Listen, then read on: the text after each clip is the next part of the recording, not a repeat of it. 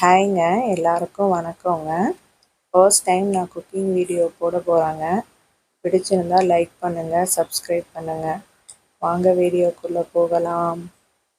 இன்றைக்கி மட்டன் பிரியாணி தாங்க செய்ய போகிறோம். என்னோடய சன் தாங்க க்ளீன் பண்ணி கொடுத்துட்ருக்கான். எப்போவும் நான்வெஜ் எடுத்துகிட்டு வந்தால் அவங்க அப்பா தான் க்ளீன் பண்ணுவார். ஒரு தடவை சொல்லி கொடுத்ததுலேருந்து என் பையனே க்ளீன் பண்ண ஆரம்பிச்சிட்டாங்க. எவ்வளோ அழகாக க்ளீன் பண்ணிகிட்ருக்கான்னு பாருங்களேன். மட்டன் ஆல்ரெடி வேக வச்சு எடுத்து வச்சுருக்கேங்க. ரைஸும் ஊற வச்சு வச்சுருக்கேங்க. இப்போ பிரியாணிக்கு தேவையான வெங்காயம், தக்காளி, பச்சை மிளகாய் எடுத்து வச்சுருக்கேங்க.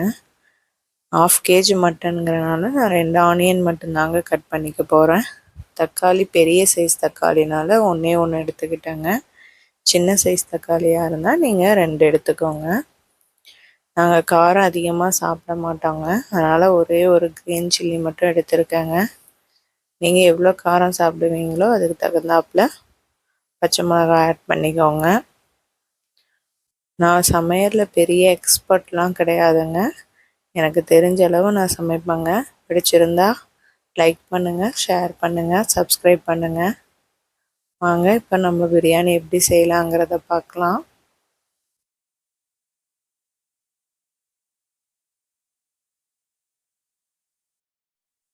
ஸ்டார்டிங் வீடியோ பிரியாணி செய்கிறதுக்கு போடுற ஸ்பைசஸ்லாம் நான் வீடியோ எடுக்க மறந்துட்டேங்க. அதனால் டைரெக்டாக நெக்ஸ்ட்டு ஸ்டெப்புக்கு போயிடலாங்க. மிக்ஸி ஜாரில் மசாலாவுக்கு தேவையான இஞ்சி, பூண்டு, பட்டை, கிராம்பு, அப்புறம் தக்காளியும் சேர்த்து அரைச்சிப்பேங்க. ஏன்னா தக்காளி அப்படியே போட்டோன்னா என் பையன் எடுத்து வச்சுருவாங்க. அதனால் எது சமைச்சாலுமே நான் தக்காளியை அரைச்சி தாங்க சேர்த்துப்பேன்.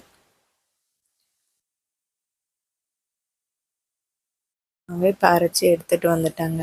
கொஞ்சம் புதினாவும் கொத்தமல்லியும் சேர்த்து அரைச்சி எடுத்துகிட்டு வந்திருக்கேங்க.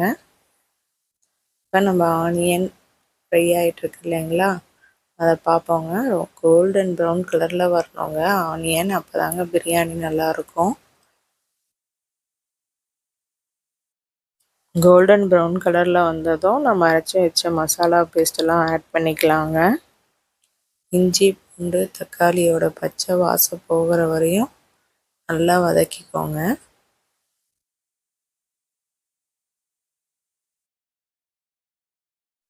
ஆல்ரெடி நான் மட்டன் வேக வைக்கும் போது உப்பு சேர்த்துருக்கேங்க, அதனால் இதில் கொஞ்சம் உப்பு சேர்த்துக்கிறேங்க.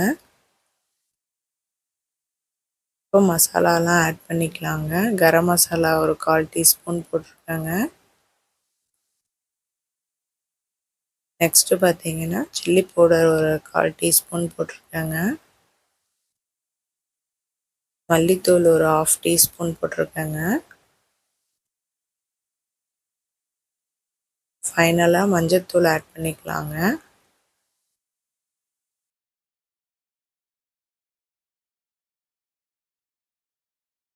அகைன் நல்லா வதக்கிக்கோங்க.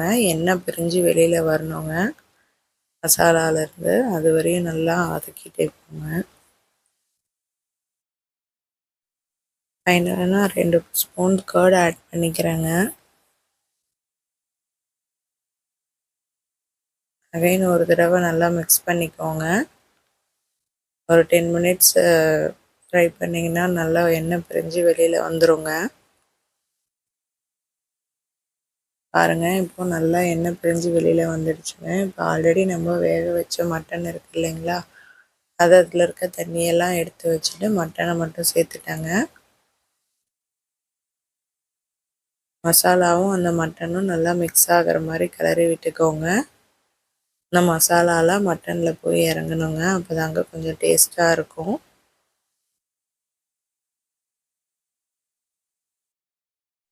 பாருங்கள், இப்போ மசாலாவும் மட்டனும் நல்லா மிக்ஸ் ஆகிடுச்சுங்க. இப்போ ஆல்ரெடி மட்டன் வேக வச்ச தண்ணி இருக்குது இல்லைங்களா, அதை நான் எடுத்து ஊற்றிக்கிறேங்க. 1 டம்ளர் அரிசிக்கு 1.5 டம்ளர் தண்ணிங்க. ஜீரக சம்பா ரைஸ்னால் 1/2 டம்ளர் கம்மி பண்ணிக்கிட்டேங்க. இப்போ நல்லா கொதி வரட்டுங்க.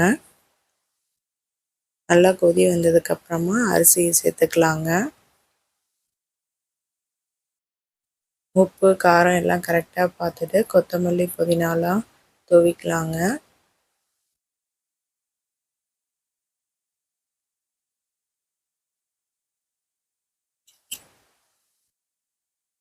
இப்போ குக்கரோட லிட்டை க்ளோஸ் பண்ணிக்கோங்க.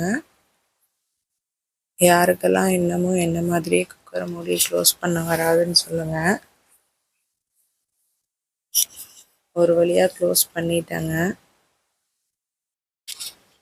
ஸ்டீம் வரட்டுங்க. ஸ்டீம் வந்ததுக்கப்புறம் வெயிட் போடலாங்க. விசில் வர வரையும் வெயிட் பண்ணலாங்க. ஒரு விசில் வந்துருச்சுங்க.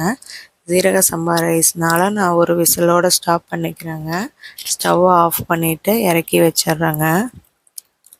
விசில் அடங்கினதும் ஓப்பன் பண்ணி பார்க்குறேங்க. வாவ், பிரியாணி செம்மையாக வந்திருக்குங்க. பாருங்கள், குக்கரில் துளி கூட ஒட்டாமல் அவ்வளோ அழகாக வந்திருக்குங்க. கொஞ்சம் செமி சாலிடாக தாங்க இருக்கும். கொஞ்சம் நேரம் தம்மில் வச்சோன்னா சரியாக போயிடுங்க. இப்போ லெமனை ஆட் பண்ணிக்கிறேங்க. லெமன் கொஞ்சம் பிழிஞ்சு விட்டுட்டு நெய்க்கு ஒரு 1/4 டீஸ்பூன் சேர்த்திக்கிறேங்க ஃப்ளேவருக்காக.